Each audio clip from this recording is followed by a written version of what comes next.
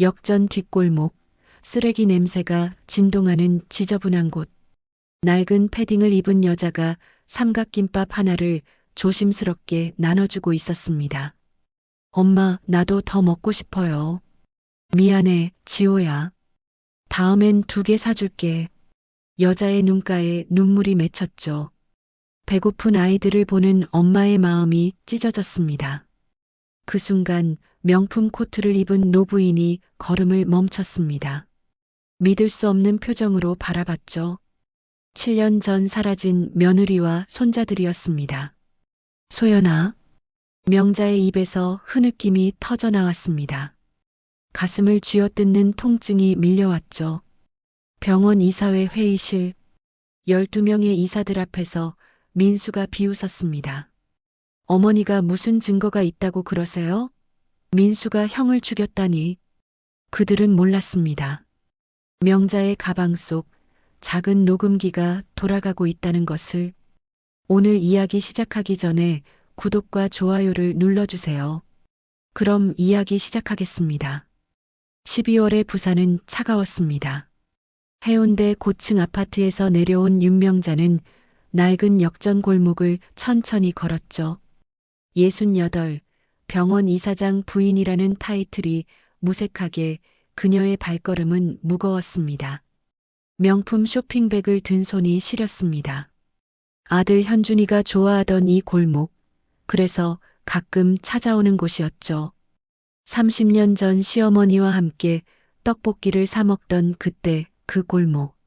세월은 흘렀지만 골목은 여전히 그 자리에 있었습니다. 편의점 앞 플라스틱 의자에 앉은 3사람이 눈에 들어왔습니다. 낡은 패딩을 입은 여자와 아이 둘. 삼각김밥 하나를 조심스럽게 나눠 먹고 있었죠. 6살쯤 되어 보이는 남자아이가 투정을 부렸습니다. 엄마, 참치 말고 김치만 먹고 싶어요. 여자의 얼굴이 일그러졌습니다. 미안함이 가득한 눈으로 아이의 머리를 쓰다듬었죠. 다음엔 꼭 사줄게. 오늘은 이거 먹자, 응? 그 순간 명자의 손에서 쇼핑백이 미끄러졌습니다. 둔탁한 소리와 함께 바닥에 떨어진 배관에서 비싼 화장품 상자가 굴러나왔죠. 하지만 명자는 그것을 줍지 못했습니다. 그 옆모습, 그 목소리. 7년 전 어느 새벽 손자 둘을 데리고 사라진 며느리였습니다. 박소연, 현준이의 아내이자 2 아이의 엄마였던 그 여자가 거기 있었죠. 명자의 가슴이 쿵쿵 뛰었습니다. 다리가 떨려 제대로 서 있기도 힘들었죠. 소연은 아직 명자를 보지 못했습니다. 아이들에게만 집중한 채 김밥 한 조각을 더 떼어 작은 아이 입에 넣어주고 있었습니다. 엄마는 배 안 고파요? 큰아이가 물었습니다. 지호였죠. 명자가 그토록 찾아 헤맸던 손자. 키가 많이 컸습니다. 엄마는 아까 먹었어. 너희 많이 먹어. 거짓말이었습니다. 명자는 알 수 있었죠. 소연의 야윈 얼굴과 움푹 들어간 볼이 모든 걸 말해주고 있었습니다. 역전 골목의 찬바람이 더욱 매서웠습니다. 명자는 떨어뜨린 쇼핑백을 줍지 못한 채 그저 서 있을 수밖에 없었죠. 7년이라는 시간이 한순간에 무너져 내렸습니다. 명자는 떨리는 손으로 핸드폰을 꺼냈습니다. 그리고 다시 넣었죠. 7년 전 그날이 떠올랐습니다. 2017년 3월 14일. 아들 현준이가 병원 앞 횡단보도에서 숨을 거뒀던 날이었습니다. 과속으로 달려온 트럭이 신호를 무시하고 돌진했다고 했죠. 가해자는 음주운전이었습니다. 36, 병원을 물려받을 준비를 하던 아들이 그렇게 떠났습니다. 그날 밤 며느리 소연이 사라졌죠. 아이들과 함께였습니다. 집안 금고에 있던 현금 3천만 원도 함께 없어졌습니다. 가정부 김씨 아줌마가 증언했죠.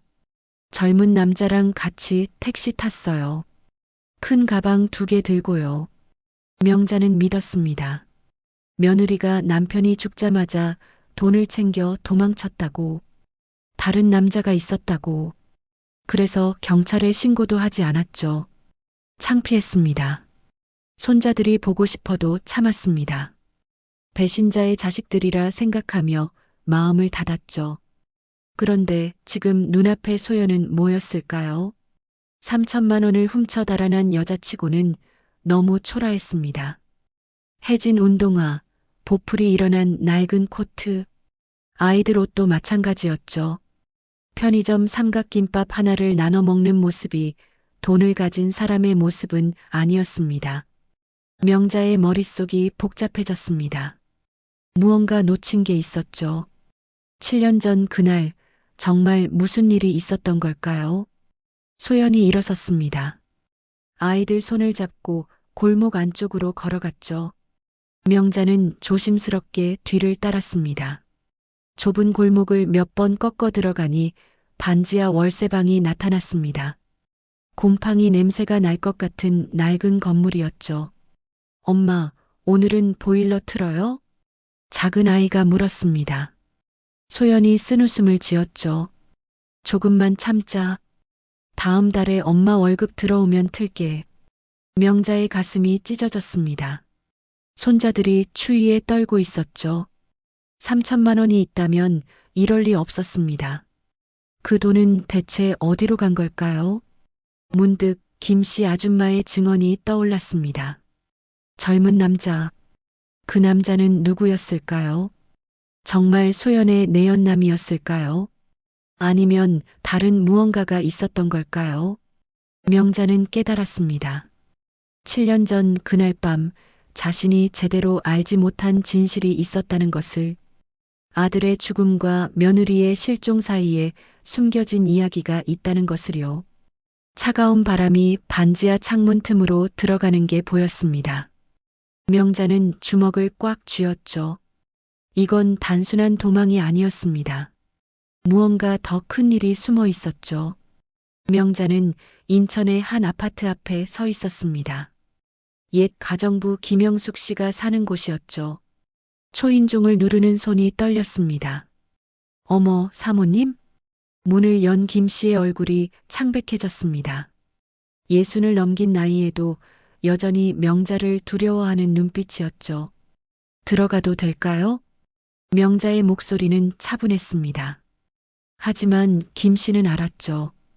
그 차분함 뒤에 숨은 폭풍을요. 좁은 거실에 마주 앉았습니다. 김 씨의 손이 계속 떨렸죠.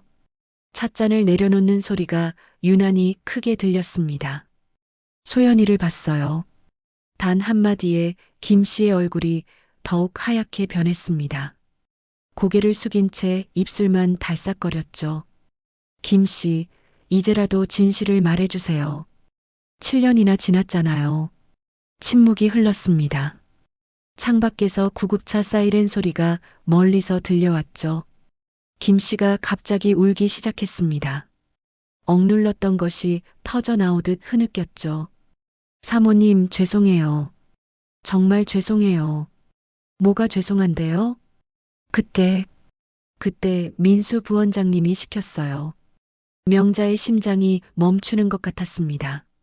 민수, 둘째 아들의 이름이 나온 순간 온몸이 차갑게 식었죠. 민수가 뭘 시켰다는 거예요? 김 씨가 눈물을 훔치며 말을 이었습니다. 며느님이 남자랑 도망갔다고 거짓말하라고 했어요. 돈도 주셨어요. 500만 원이요. 그때 저희 남편이 아파서 병원비가 필요했거든요. 명자는 숨을 쉴 수가 없었습니다. 가슴이 너무 아파서 손으로 꽉 눌렀죠. 왜? 민수가 왜 그런 거예요? 모르겠어요. 그냥 시키는 대로만 하라고 했어요.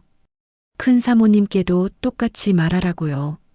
젊은 남자를 봤다고, 큰 가방을 들고 택시를 탔다고. 거짓이었습니다. 모든 게 꾸며진 거짓이었죠. 명자는 일어섰습니다. 다리가 후들거렸지만 억지로 버텼죠. 그 젊은 남자는 실제로 있었나요? 김 씨가 고개를 저었습니다. 없었어요. 며느님은 혼자였어요. 아이들만 데리고 나가셨죠. 울고 계셨어요. 무서워하는 것 같았어요. 무서워했다. 그 말이 명자의 가슴에 비수처럼 꽂혔습니다. 대체 그날 밤 무슨 일이 있었던 걸까요? 집으로 돌아오는 길, 명자의 머릿속은 복잡했습니다. 민수는 지금 해운대 명진병원의 원장이었죠. 형이 죽고 난 뒤 자연스럽게 병원을 물려받았습니다. 이사장인 남편은 뇌경색으로 쓰러진 뒤 요양원에 있었고 실질적으로 민수가 모든 걸 관리하고 있었죠. 그날 밤의 교통사고, 정말 사고였을까요? 현준이는 항상 조심스러운 아이였습니다. 신호등 앞에서는 꼭 좌우를 살폈죠. 그런 아이가 병원 바로 앞에서 사고를 당했다는 게 이상했습니다. 그리고 소연의 실종, 3천만 원, 민수의 거짓 증언 지시, 모든 퍼즐 조각이 하나의 그림을 만들어가고 있었습니다. 끔찍한 그림이었죠. 명자는 차 안에서 핸드폰을 꺼냈습니다. 민수에게 전화를 걸까 하다가 멈췄죠. 아직은 때가 아니었습니다. 먼저 알아야 할 게 더 있었습니다. 그날 밤 정말로 무슨 일이 있었는지, 현준이의 죽음이 단순한 사고가 아니었다면 그건 대체 무엇이었는지, 그리고 소연은 왜 도망쳐야 했는지, 어둠이 내린 부산 거리를 바라보며 명자는 결심했습니다.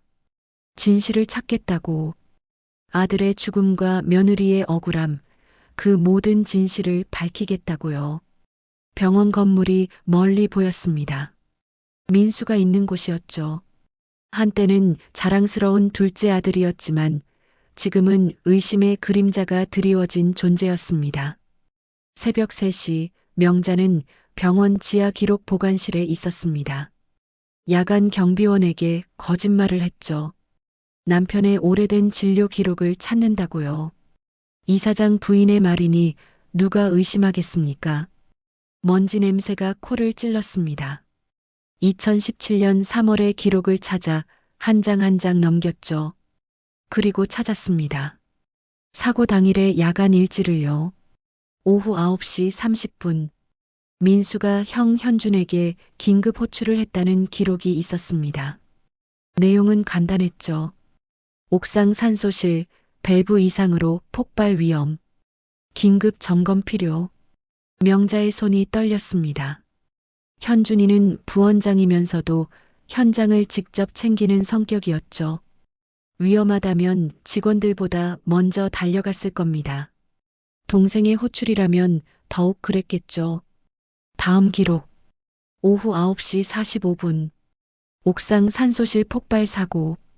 부원장 장현준 중상. 겨우 15분 사이에 일어난 일이었습니다. 너무나 정확한 타이밍이었죠. 마치 누군가 계획한 것처럼요. 명자는 당시 사고 조사 보고서를 찾았습니다. 산소 밸브의 제조 결함으로 인한 우발적 사고. 그렇게 결론이 나 있었죠. 하지만 이상한 점이 있었습니다. 사고 이틀 후 모든 산소 설비가 교체되었다는 기록이었죠. 증거를 없앤 것처럼 보였습니다. 그리고 또 하나, 사고 당일 병원 CCTV가 고장났다는 기록도 있었습니다. 오후 9시부터 자정까지 딱 사고가 일어난 시간대였죠. 명자는 숨이 막혔습니다. 모든 게 너무나 완벽했죠. 완벽한 계획, 완벽한 실행, 완벽한 은폐. 서류 더미 속에서 한 장의 메모를 발견했습니다. 현준이의 수첩에서 떨어진 것 같았죠. 그의 필체였습니다. 민수의 횡령 의혹, 병원 자금 10억 원 행방불명, 이사회에 보고 예정. 명자의 온몸이 차가워졌습니다. 현준이가 동생의 비리를 알고 있었던 겁니다. 그리고 그걸 밝히려 했죠. 사고가 일어나기 바로 전날의 메모였습니다. 민수야. 명자의 입에서 탄식이 흘러나왔습니다. 아들의 이름을 부르는 것조차 고통스러웠죠. 내가 형을 죽였구나. 돈 때문이었습니다. 권력 때문이었죠. 병원을 차지하기 위해 자신의 비리를 숨기기 위해 친형을 죽음으로 몰아넣었던 겁니다. 그때 발소리가 들렸습니다. 기록실 문이 열리더니 민수가 들어왔죠. 새벽임에도 깔끔한 정장 차림이었습니다. 어머니, 여기서 뭐 하세요? 차가운 목소리였습니다. 아들이 아닌 타인의 목소리 같았죠. 내가 한 짓을 알았다. 명자의 목소리는 떨리지 않았습니다. 분노를 넘어선 절망이 그녀를 차갑게 만들었죠. 민수가 피식 웃었습니다. 뭘 아신다는 거예요? 7년이나 지난 일을요. 현준이를 죽인 게 너였어. 증거라도 있으세요? 뻔뻔했습니다. 조금의 죄책감도 보이지 않았죠. 명자는 깨달았습니다. 눈앞에 이 사람은 더 이상 자신의 아들이 아니라는 것을요. 소연이는 알고 있었구나. 그래서 도망친 거야. 민수의 표정이 순간 굳었습니다. 하지만 곧 다시 여유를 되찾았죠. 그 여자가 어디 있든 상관없어요. 이미 끝난 일이에요. 어머니도 조용히 사시는 게 좋을 거예요. 아버지 요양원비도 제가 내고 있잖아요. 협박이었습니다. 명자는 몸을 돌렸죠. 더 이상 이 아들과 할 말이 없었습니다. 병원을 나오며 명자는 결심했습니다. 민수를 법의 심판대에 세우겠다고, 현준이의 억울한 죽음을 밝히겠다고요. 그리고 소연과 아이들을 찾아 진실을 말하겠다고 다짐했죠. 새벽 공기가 차가웠지만 명자의 눈빛은 뜨거웠습니다. 어머니가 아닌 복수자의 눈빛이었죠. 반지하 계단을 내려가는 명자의 발걸음이 무거웠습니다. 곰팡이 냄새와 습한 공기가 폐를 짓눌렀죠. 문을 두드리자 안에서 작은 발소리가 들렸습니다. 문이 열렸습니다. 소연의 얼굴이 하얗게 질렸죠. 7년의 세월이 그녀를 늙게 만들었습니다. 32이던 며느리는 이제 40에 가까운 여인이 되어 있었죠. 어머님, 소연이 그 자리에 무릎을 꿇었습니다. 명자가 황급히 일으켜 세웠죠. 좁은 방 안으로 들어갔습니다. 벽지는 곰팡이로 얼룩져 있었고 창문 틈으로 찬바람이 들어왔습니다. 아이들은 학교에 간 모양이었죠. 그날 제가 봤어요. 소연의 목소리가 떨렸습니다. 7년간 가슴에 묻어둔 비밀이 터져나왔죠. 민수 씨가 산소실 밸브를 조작하는 걸 봤어요. 렌치로 뭔가를 풀고 있었죠. 명자의 손이 떨렸습니다. 증인이 있었던 겁니다. 그것도 가장 가까운 곳에요. 소연이 말을 이었습니다. 그날 밤 남편이 위험하다는 호출을 받고 나가는 걸 봤다고, 불안한 마음에 뒤따라갔다가 민수를 목격했다고, 핸드폰으로 영상을 찍으려는 순간 민수에게 들켰다고요. 협박했어요. 경찰에 가면 아이들을 빼앗길 거라고, 정신병원에 넣어버릴 수도 있다고요. 그래서 도망쳤다는 겁니다. 금고의 돈은 민수가 준 입막음용이었죠. 하지만 그 돈마저도 빼앗겼습니다. 민수가 보낸 사람들이 찾아와 모두 가져갔다고 했습니다. 명자는 소연을 바라봤습니다. 뼈만 남은 손, 움푹 들어간 볼. 7년간 진실을 품고 살아온 여인이었죠.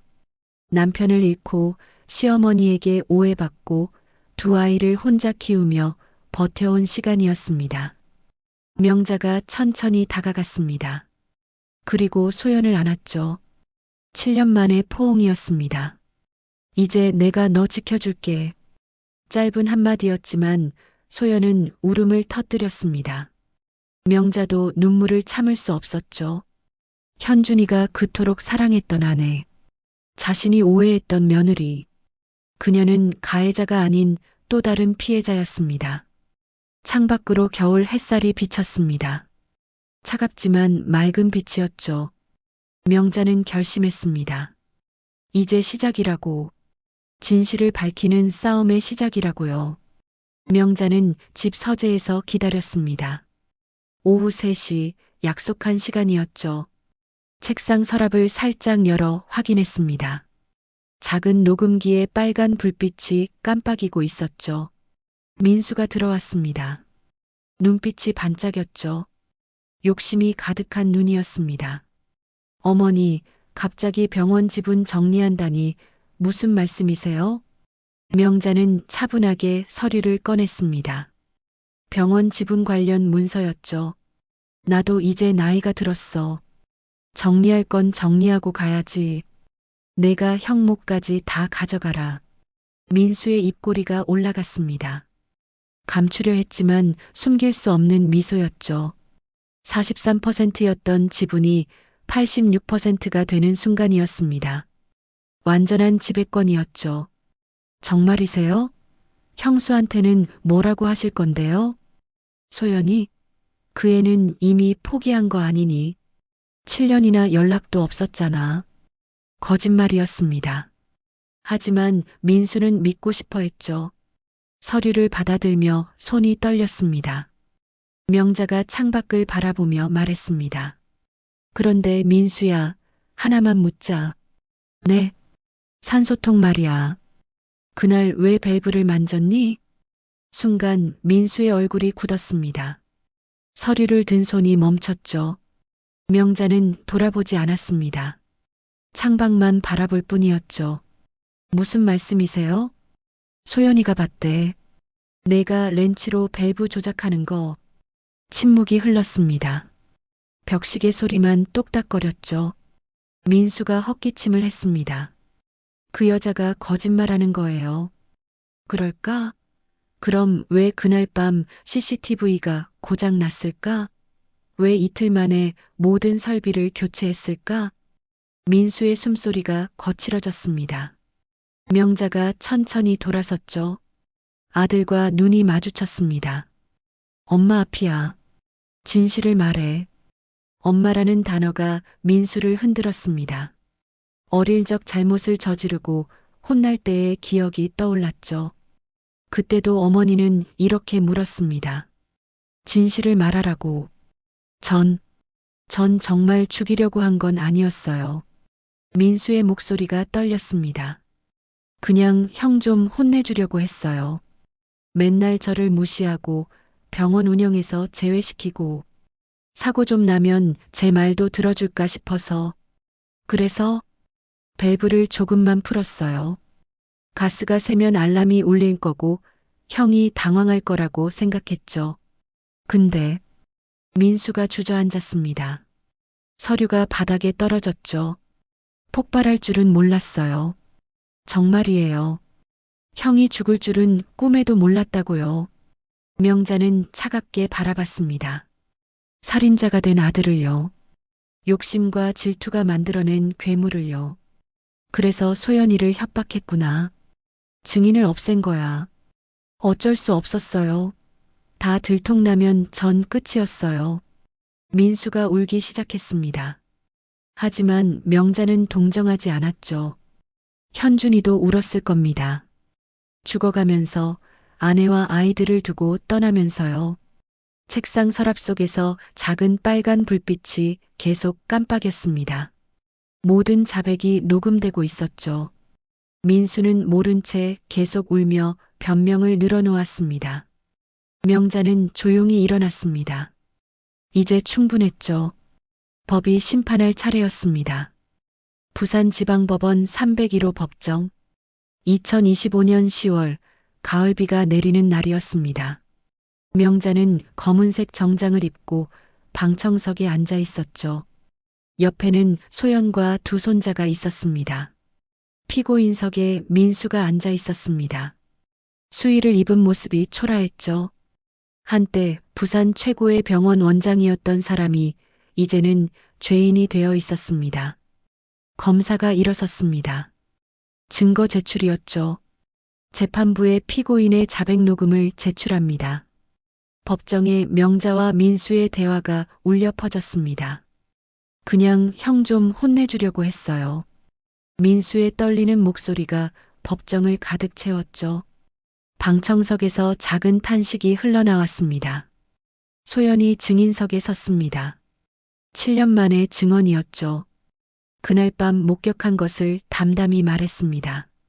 민수가 산소실에서 나오는 것을 봤다고, 렌치를 들고 있었다고, 그리고 받은 협박에 대해서도 증언했죠. 피고인이 말했습니다. 경찰에 가면 정신병원에 넣어버리겠다고, 아이들을 빼앗아 가겠다고요.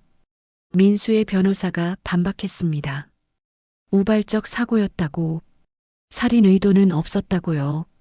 하지만 검사는 계획적 범행임을 입증했습니다. CCTV 조작, 설비 교체, 증인 협박. 모든 것이 은폐 시도였죠. 재판장이 말했습니다. 피고인은 최후 진술을 하십시오. 민수가 일어섰습니다. 명자를 바라봤죠. 어머니의 눈에는 눈물도 없었습니다. 차가운 시선만 있을 뿐이었죠. 죄송합니다. 형님께, 어머니께, 정말 죄송합니다. 그것이 전부였습니다. 민수는 다시 앉았죠. 고개를 숙인 채 떨고 있었습니다. 판결이 내려졌습니다. 주문, 피고인을 징역 10년에 처한다. 재판장의 목소리가 이어졌습니다. 피고인은 병원 부원장으로서 안전관리 의무를 위반했고, 그로 인해 형제를 사망에 이르게 했습니다. 이후 증거인멸과 증인 협박으로 진실을 은폐했죠. 죄질이 매우 나쁩니다. 법정이 조용해졌습니다. 민수가 연행되는 모습을 명자는 묵묵히 지켜봤죠. 한때 자랑스러웠던 아들. 이제는 살인자가 된 아들이었습니다. 법원을 나오며 소연이 명자의 손을 잡았습니다. 어머님, 괜찮으세요? 명자가 고개를 끄덕였습니다. 하늘을 올려다봤죠. 비가 그치고 있었습니다. 구름 사이로 햇살이 비치기 시작했습니다. 현준아. 명자가 조용히 속삭였습니다. 이제야 내 억울함을 풀었다. 편히 쉬어라. 손자 지호가 할머니 손을 꼭 잡았습니다. 작은 손이 따뜻했죠. 명자는 그 손을 잡고 천천히 걸었습니다. 병원은 이제 소연과 아이들의 것이었습니다. 법원은 민수의 상속권을 박탈했죠. 현준이의 지분은 정당하게 아내와 자식들에게 돌아갔습니다. 명자는 소연에게 말했습니다. 이제 떳떳하게 살아. 아이들도 아빠 이름 자랑스럽게 부를 수 있게. 소연이 울며 고개를 끄덕였습니다. 두 아이도 할머니를 꼭 안았죠. 저녁 무렵 명자는 현준이의 묘지를 찾았습니다. 비석 앞에 국화꽃을 놓았죠. 바람이 불어 꽃잎이 흩날렸습니다. 아들아, 이제 정말 끝났다. 묘지를 떠나는 명자의 발걸음이 가벼웠습니다. 7년간 짊어졌던 짐을 내려놓은 것 같았죠. 하늘에는 저녁 노을이 붉게 물들고 있었습니다. 며칠 후 소연과 아이들이 명자의 집으로 이사를 왔습니다. 반지하를 떠나 따뜻한 집으로 돌아온 것이죠. 아이들의 웃음소리가 오랜만에 집안을 채웠습니다. 명자는 부엌에서 저녁을 준비하며 생각했습니다. 정의는 늦었지만 결국 이루어졌다고. 현준이가 하늘에서 보고 있다면 기뻐할 거라고요. 해운대 바닷가에 작은 카페가 문을 열었습니다. 블루 메모리. 파란 간판에 흰 글씨가 햇살을 받아 반짝였죠. 반년 전만 해도 상상할 수 없던 풍경이었습니다. 카페 안에서 소연이 커피를 내리고 있었습니다. 능숙한 손놀림이었죠. 손님들이 사장님 커피가 제일 맛있어요 라고 칭찬할 때마다 수줍게 웃었습니다. 반지하 방에서 울던 여인의 모습은 이제 없었죠. 창가 테이블에서 지호와 민지가 숙제를 하고 있었습니다. 지호는 중학교 1학년, 민지는 초등학교 4학년이 되었죠. 교복을 입은 모습이 어찌나 대견한지요. 아이들의 볼에는 혈색이 돌았고 눈빛은 맑았습니다. 명자는 창가 의자에 앉아 그들을 바라봤습니다. 따뜻한 오후 햇살이 가족들을 비췄죠. 현준이가 좋아하던 바다였습니다. 이제 그의 아내와 아이들이 이곳에서 새 삶을 시작했죠. 할머니, 이거 봐요. 100점 맞았어요. 민지가 시험지를 들고 달려왔습니다.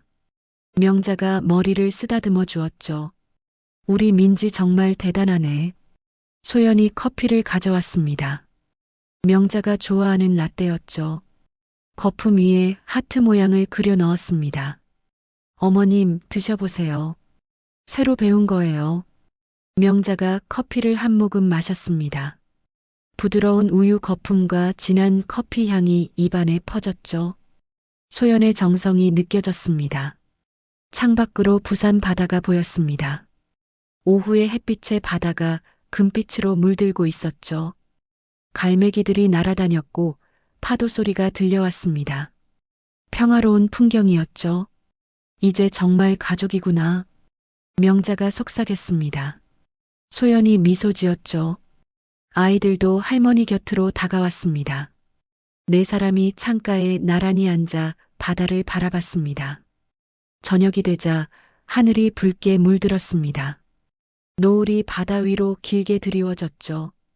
현준이가 좋아하던 부산의 노을이었습니다.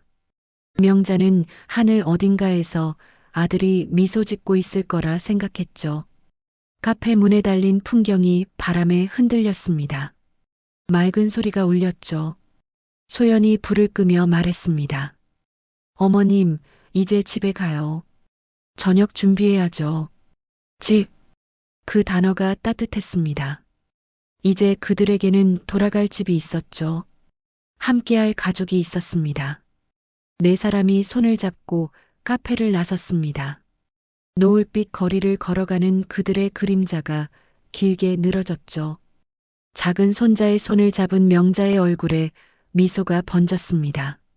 진실은 숨길 수 없습니다. 시간이 걸려도 결국 드러나죠. 그리고 용서는 또 다른 사랑의 시작입니다.